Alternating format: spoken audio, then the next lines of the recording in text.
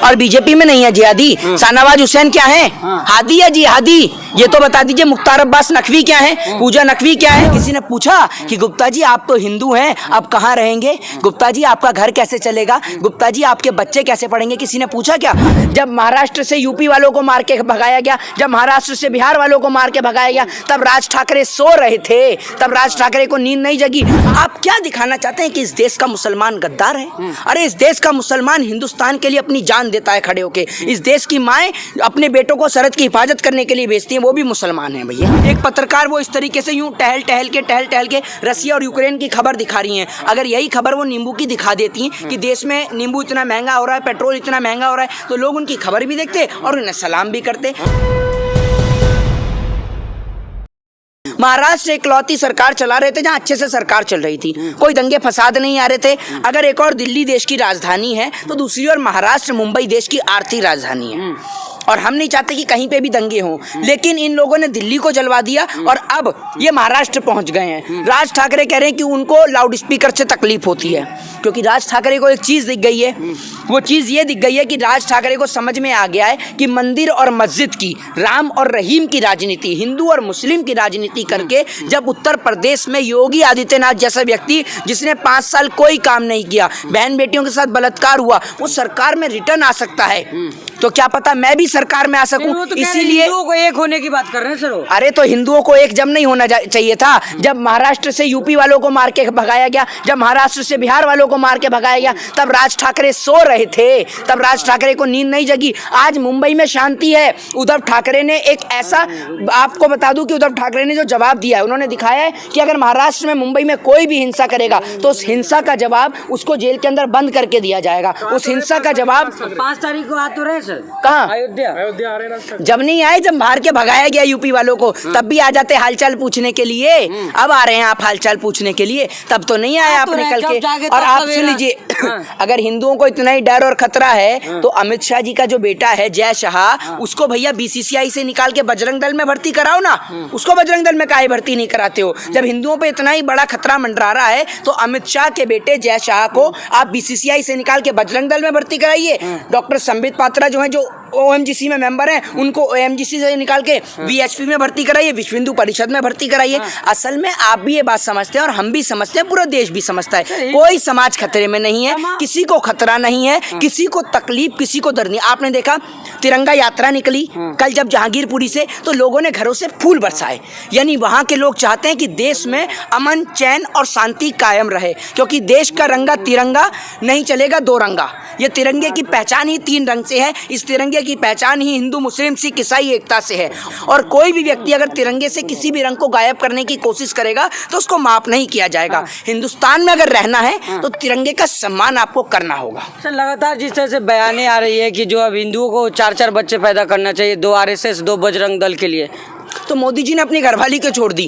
जो बयान आ रहे हैं तो मोदी जी पे भी इम्प्लीमेंट कराइए ना। ये सब बेवकूफ़ी भरे बयान हैं, कोई खतरे में नहीं है। राशिद जी आप ये देखिए, आप क्या दिखाना चाहते हैं कि इस देश का मुसलमान गद्दार है? अरे इस देश का मुसलमान हिंदुस्तान के लिए अपनी जान देता है खड़े होके। इस देश की माएँ अपने बेटों को सरहद की हिफाजत करने के लिए भेजती हैं, वो भी मुसलमान हैं भैया। आप ये बात समझिए। खान अब्दुल गफ्फार खान के बारे में आपने पढ़ा होगा, ठीक है, मीर उस्मान अली के बारे में आपने पढ़ा होगा। इस देश के अंदर मौलाना अब्दुल कलाम आज़ाद, डॉक्टर जाकिर हुसैन, बहुत सारे लोग हैं, बिस्मिल्लाह खां हैं, बहुत सारे लोगों के बारे में आप एग्जाम्पल जैसे आप दे रहे लोग कर, वो लोग पत्थरबाजी थोड़े कर रहे हैं, ये जिहादी लोग पत्थरबाजी कर रहे हैं। अरे कोई जिहादी नहीं है इस देश के अंदर। बीजेपी से बड़ा कोई जिहादी नहीं है। भारतीय जनता पार्टी वाले सबसे बड़े जिहादी हैं, और बीजेपी में नहीं है जिहादी। शाहनवाज हुसैन क्या है? हादी है जिहादी? ये तो बता दीजिए। मुख्तार अब्बास नकवी क्या है? पूजा नकवी क्या है? राष्ट्रवादी लोग हैं सर।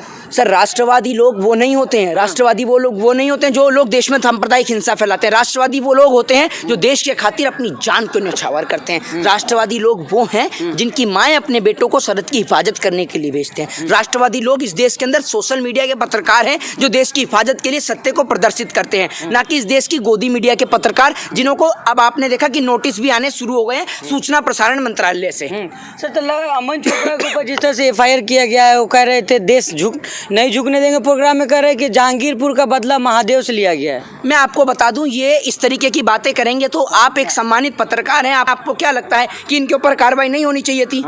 बिल्कुल होनी चाहिए। एक व्यक्ति मुद्दा चला रहा है अली या बजरंग बली, अली और बजरंग बली दोनों एक हैं, लेकिन ये लोग इनको बांटने का काम कर रहे हैं। एक पत्रकार वो इस तरीके से यूं टहल टहल के रसिया और यूक्रेन की खबर दिखा रही हैं। अगर यही खबर वो नींबू की दिखा देती कि देश में नींबू इतना महंगा हो रहा है, पेट्रोल इतना महंगा हो रहा है, तो लोग उनकी खबर भी देखते और उन्हें सलाम भी करते। लेकिन ये देश की मीडिया पता नहीं क्या दिखा रही है, इनके ऊपर कार्रवाई होना बेहद जरूरी है। सर लगातार जिस तरह से देखा गया है कि अजान को लाउड स्पीकर पे बोला जा रहा है कि अजान नहीं देखिए, अजान जो है, अभी रमजान का पावन महीना चल रहा है, अभी माँ दुर्गा के 9 दिन भी चाहे तो आरती भी हुई, जागरण भी हुए, चौकी भी हुई, किसी को कोई तकलीफ नहीं है। मैं आपको फिर यही कहूँगा कि तकलीफ नेताओं के कानों को है। जिन्हों के नेताओं को कुर्सी से प्यार है, वो कुर्सी के लिए हिंदू और मुस्लिम की राजनीति करते हैं, बाकी किसी को कोई तकलीफ नहीं है।